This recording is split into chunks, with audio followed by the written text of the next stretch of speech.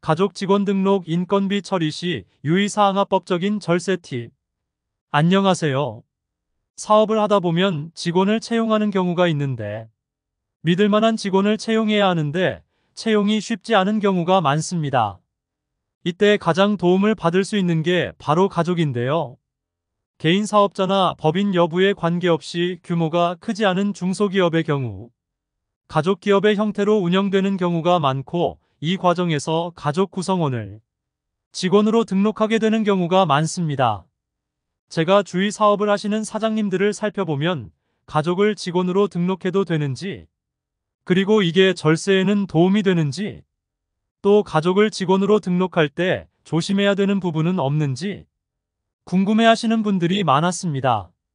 그래서 오늘은 가족을 직원으로 채용할 때 반드시 고려해야 되는 상황에 대해서 알아보려고 합니다. 특히 매년 5월 종합소득세 신고 마감을 앞두고 있을 때 가족 인건비 지급 내역은 있지만 인건비 신고를 하지 못하신 분들과 가족 인건비 관련 사대보험료 절감 및 환급에 대한 팁도 준비되어 있으니까 내용 끝까지 봐주시면 감사합니다. 개인 사업자나 법인을 막론하고 가족분들이 직원으로서 일을 하면서 사업 운영에 도움을 주시는 경우가 많습니다. 직원으로 일하는 가족의 유형도 부모님, 형제, 자매, 자녀 등 정말 다양한데요. 하지만 가족이 직원으로서 여러 가지 역할을 하면서 일을 도와주지만 막상 급여 신고를 하지 않는 경우도 생각보다 많은 편입니다. 그 이유를 알아보면 가족에 대한 인건비를 처리할 경우 나중에 세금과 관련해서 문제가 생길지에 대한 걱정, 가족 인건비도 비용 처리 가능하다는 것을 몰랐다고 하시는 분들이 의외로 많습니다. 그렇다면 사대보험이 가입되는 직원 또는 프리랜서 직원을 포함해서 가족을 직원으로 등록하고 인건비를 비용 처리하는 것이 가능할까요? 결론부터 말씀드리면 당연히 가능합니다.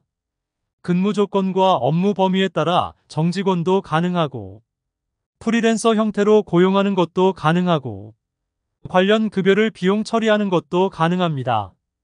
그런데 여기에는 조건이 있는데요. 지급받는 상응하는 업무를 실제로 그 가족인 직원이 해야 한다는 것인데요. 실제로 일은 하지 않으면서 법인세나 소득세를 줄이기 위해 가족에 대한 인건비만 지급하고 비용 처리하는 경우라면 나중에 문제가 될 수 있습니다. 예를 들어서 온라인 쇼핑몰을 운영하시는 사업자가 있습니다. 온라인 쇼핑몰의 업무를 구분해보자면 보통은 구입, 디자인 제작, 제품 촬영, 상품들의 주문 처리, 고객 CS, 블로그 유튜브를 통한 마케팅, 포장, 배송 등과 같은 다양한 업무가 존재하는데요. 사실 이것도 일반적으로 구분한 것일 뿐 온라인 쇼핑몰의 특성에 따라 정말 다양한 업무가 존재할 수 있습니다. 가족 중에 한 명이 이러한 업무들 중 하나 또는 두 개 이상의 업무를 실제로 수행한다면 당연히 인건비를 지급할 수 있고 법인세나 소득세 신고를 할 때 비용 처리할 수 있습니다. 가끔 나이가 많은 가족인 경우에도 인건비 처리가 가능한지 물어보시는 분들도 있는데요. 온라인 쇼핑몰을 운영하시는데 연세가 있으신 부모님이 포장 업무를 도와주시는 경우를 예를 들 수 있을 것 있습니다. 부모님이 온라인 쇼핑몰을 위해 포장 업무를 하셨다면 당연히 인건비 지급도 가능하고 비용 처리도 가능합니다. 여기서 중요한 건 가족이 실제로 일을 했다는 부분인데요. 가족이 실제로 업무를 수행하였다는 건 업무일지, 출퇴근 기록부, 이메일 수신 및 발신 내역, 블로그 또는 유튜브에 업로드된 업무 결과물 등을 토대로 입증을 할 수 있다는 점 알아두시기 바라고요. 나중에 국세청에서 해당 직원이 실제 근무를 했는지를 살펴보게 되는 경우 신용카드나 교통카드 사용 내역, 출퇴근 기록 등까지도 확인하는 경우가 있다는 점 참고해 주시기 바랍니다. 출퇴근 기록부는 간단하게 기록하시는 게 좋을 것 같죠. 그런데 또 한 가지 고려해야 될 부분이 있습니다. 실제로 일을 했다고 하더라도 가족이라고 해서 급여를 업무에 비해 과다하게 지급하면 이 부분도 문제가 될 수 있습니다. 예를 들어 주 4시간의 근무를 했지만 8시간의 급여를 지급하거나 동일한 수준의 업무를 하는 다른 직원 또는 동일한 직급의 다른 직원에 비해 과다하게 급여를 지급하는 경우 과다하게 지급된 인건비는 비용 처리가 되지 않을 수도 있습니다. 따라서 가족을 직원으로 채용하고 인건비 수준을 결정할 때는 해당 직무에 대한 평균적인 급여 수준을 고려해야 하고요. 만약 유사한 직무를 수행하는 비슷한 직급의 직원이 있다면 급여 수준이 크게 차이가 나지 않도록 정해야 나중에 문제가 없다는 점도 꼭 기억해 주시기 바랍니다. 국세청에서는 종합소득세나 법인세 신고를 할 때 해당 사업자의 성실 신고와 관련된 특이 사항에 대해 안내문을 통해 사전 안내를 하는 경우가 있습니다. 가족에게 지급되는 인건비 금액이 높은 경우도 사전 안내되는 항목 중에 하나입니다. 이는 국세청에서 가족에게 지급하는 인건비에 대해 모니터링을 하고 있다는 의미이니 주의하셔야 합니다. 만약 금액이 높은 경우에는 다른 업무와는 다른 특수성을 소명을 할 수 있도록 준비해 두셔야 하겠죠. 따라서 앞서 말씀드린 사항 꼭 참고하셔서 나중에 문제되시는 일이 없도록 미리 잘 준비해 둬야 합니다. 그리고 많이 궁금하시는 내용 중에 하나가 가족 인건비를 비용 처리하면 절세에 도움이 되나요? 라는 질문인데요. 결론부터 말씀드리면 절세에 도움이 되는 경우가 많습니다.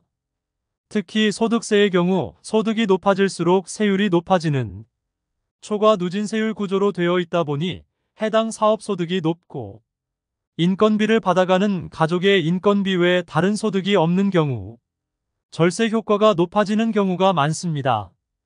예를 들어 개인 사업자의 사업소득 금액이 1억 8천만 원 정도 되는데 만약 도와주는 가족에게 2,500만 원의 인건비를 처리하는 경우를 가정해 보겠습니다.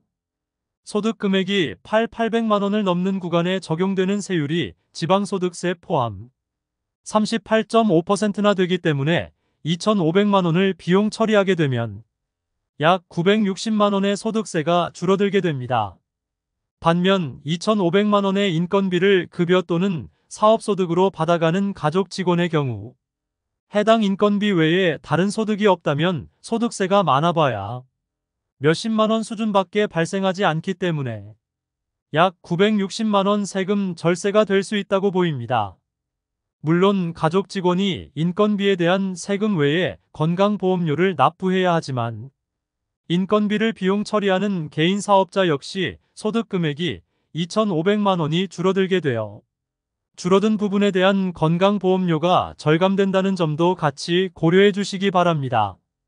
앞에서 설명한 소득세 초과 누진세율 구조로 인해 개인 사업자의 소득 금액은 낮지만 인건비를 받아가는 가족 직원이 소득이 높은 경우에는 오히려 절세가 아닌 세금 부담이 늘어날 수도 있다는 점 꼭 기억해 주시기 바랍니다.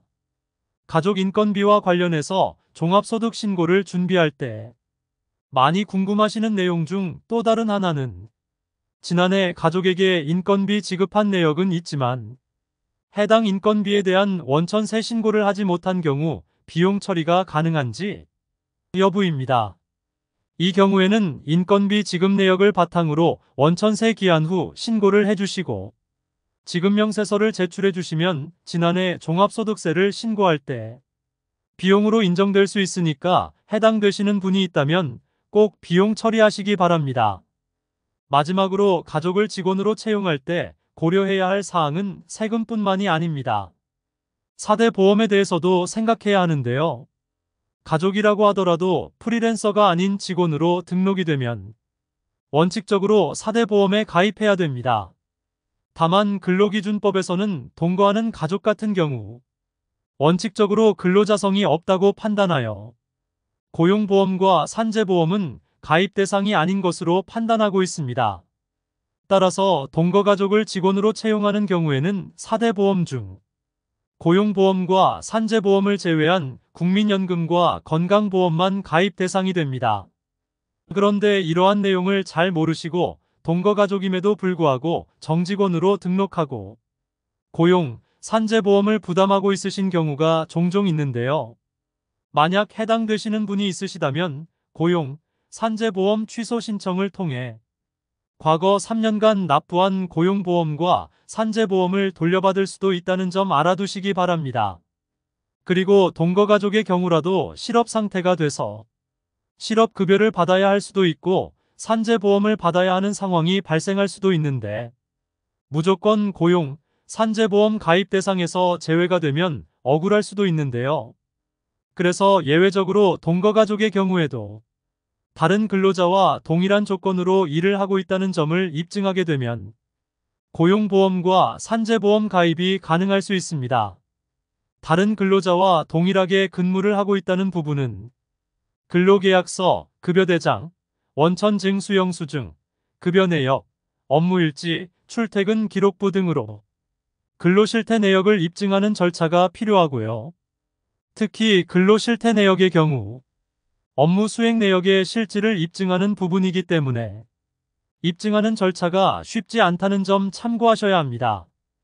동거가족의 경우 실업급여를 타기 위해서 편법으로 이용하는 경우가 있기 때문에 고용보험의 경우 가입이 많이 어려울 수 있다는 점 알아두셔야 합니다. 가족을 직원으로 등록해서 인건비를 처리하는 경우에 반드시 고려해야 되는 상황에 대해서 공부해 보았습니다. 위에서 설명한 내용 잘 참고하셔서 가족을 직원으로 채용하는 것에 도움이 되셨으면 좋겠습니다. 도움이 되셨다면 구독과 좋아요 부탁드립니다. 감사합니다.